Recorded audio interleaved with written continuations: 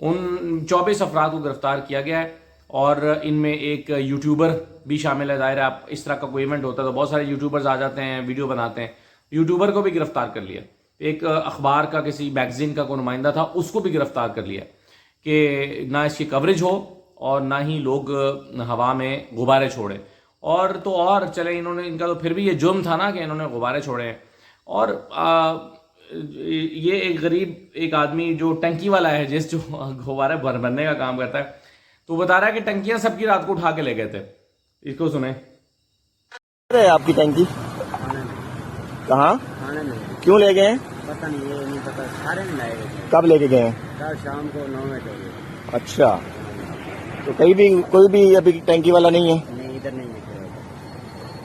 اب لوگوں کی ٹنکیاں اٹھا کے لے گئے ہیں کہ ہوا نہ بھروا سکیں, تاکہ وہ ایک خاص گیس بھری جاتی ہے اس میں جو ہوا میں بلند ہوتی ہے, تو جس سے غبارے ہوا میں بلند ہوتے ہیں, تو وہ گیس جو ہے وہ اس میں بھری جاتی ہے, تو اس کی ٹنکیاں اٹھا کے لے گئے ہیں تاکہ لوگ ہوا نہ بھر سکیں.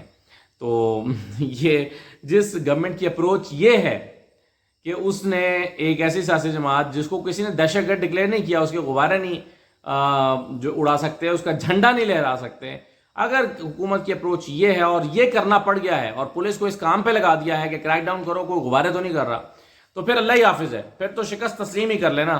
پھر تو ہم مان جائیں کہ تحریک انصاف کا انتخابی میدان میں مقابلہ نہیں کر سکتے. آپ ان کے غبارے پکڑ کے اور ان پہ پابندیاں لگی, اس کے باوجود آپ دیکھیں بہت بڑی تعداد میں لوگوں نے آج یہ ایکٹیویٹی کی ہے. پاکستان بھر میں یہ ایکٹیویٹی ہوئی ہے. لوگوں نے غبارے اڑائے ہیں, ہوا میں جھنڈے لہرائے ہیں, ہوا میں جھنڈے اڑائے ہیں. یہ سارا کچھ پی ٹی آئی نے کیا ہے. اور وہ پولیس جس کو آپ نے اس کام پہ لگا دیا, اب امن و امان کی صورتحال اس کی ذمہ داری ہے, وہ بیچاری پولیس نہ اب چوروں کو پکڑے گی, نہ ڈاکوں کو پکڑ پائے گی, نہ امن و امان کی صورتحال پہ فوکس کر پائے گی. پولیس کو لگا دیا غبارے پکڑنے پہ. تو کیا حال کر دیا ہے پولیس کا اور اداروں کا کہ وہ ان کاموں پہ لگ گئے ہیں. اس کے باوجود آپ دیکھیں گے کتنی بڑی تعداد میں لوگوں نے یہ ایکٹیویٹی کی ہے, اور لوگ جو ہیں وہ بڑی تعداد میں گھروں سے باہر نکلے ہیں. تو یہ جو میں نے آپ کو بتایا کہ گرفتاریاں ہوئی ہیں, اب ان پہ کیا بنائیں گے آپ؟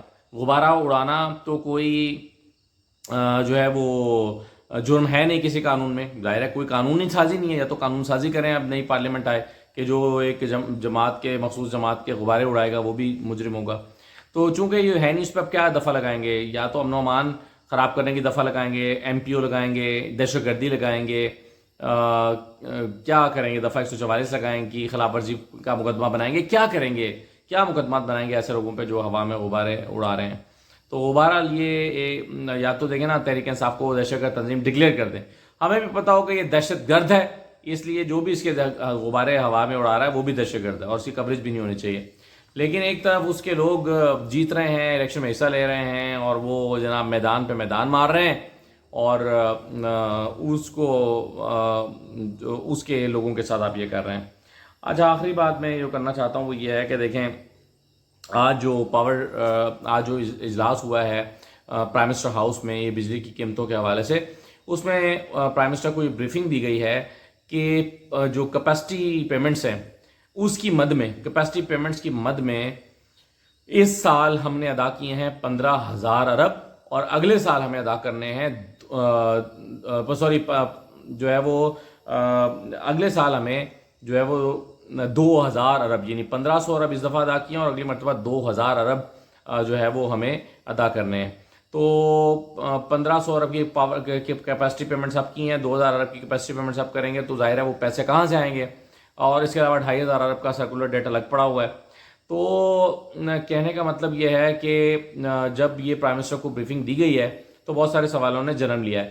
سوالوں نے جنم یہ لیا ہے کہ وہ کون ظالم لوگ تھے انہوں نے اس قوم پہ ظلم کیا, وہ کون تھے جنہوں نے اپنی کمیشنوں کی خاطر یا آئی پی پیز کو لے کر آئے, ان سے پاور پلانٹ لگوائے, اور ان کو کے ساتھ معاہدہ کیے کہ تم ہمیں بجلی جتنی ہمیں چاہیے نہیں اس سے بھی زیادہ بنا کے دو گے, تو ہم تم سے نہیں بھی لیں گے اس کی بھی پیمنٹ کریں گے.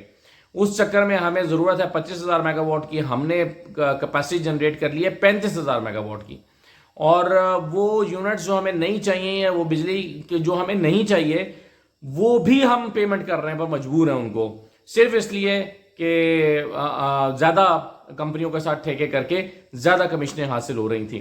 تو محض کمیشنوں کی خاطر اور سوئس بینکوں میں پیسے پہنچانے کی خاطر ہم نے یہ حرکت کی ہے کہ ہم نے پاکستان کا بیڑا غرق کر کے رکھ دیا ہے، اور آج غریب لوگ رو رہے ہیں۔ ایک آدمی پر بہت ہی ترس آیا، مجھے نہیں بہت سارے لوگوں کو ذرا دیکھیے اس بیچارے کو، اس کی آنسوؤں کو دیکھیے، پتہ نہیں ان لوگوں کو کیسے نیند آتی ہے جو اس کی آنسوؤں کی وجہ بن رہے ہیں، اور کیسے نیند آتی ہے جنہوں نے اپنے تو محل بنا لیے اور اپنے تو سوئس بینکس میں پیسے جمع کر لیے اور اپنی تو کمیشنیں لے لیں، لیکن اس طرح کے غریب لوگوں کی آنکھوں میں آنسو ڈال دیے۔ ان لوگوں کو کیسے چین آئے گا اور ان کی کیسے بخشش ہوگی، یہ میری سمجھ سے باہر ہے۔ سو بل جو آیا ہے وہ آیا ہے 26,000 روپے اور ان کی تنخواہ 18,000 روپے۔ تو اب یہ ان بیچاروں کی جو حالت ہے، لوگ رو رہے ہیں اور آنکھوں سے آنسو جاری ہیں، ان کے ذمہ دار کون ہیں؟ اور یہ جو جنہوں نے غلط معاہدے کیے ہوئے ہیں، غلط نہیں کیے ٹھیک ہے انہوں نے، لیکن اپنے لیے ٹھیک کیے ہیں تاکہ اپنی جیبیں بھر سکیں، تو اس کا ذمہ دار کون ہے؟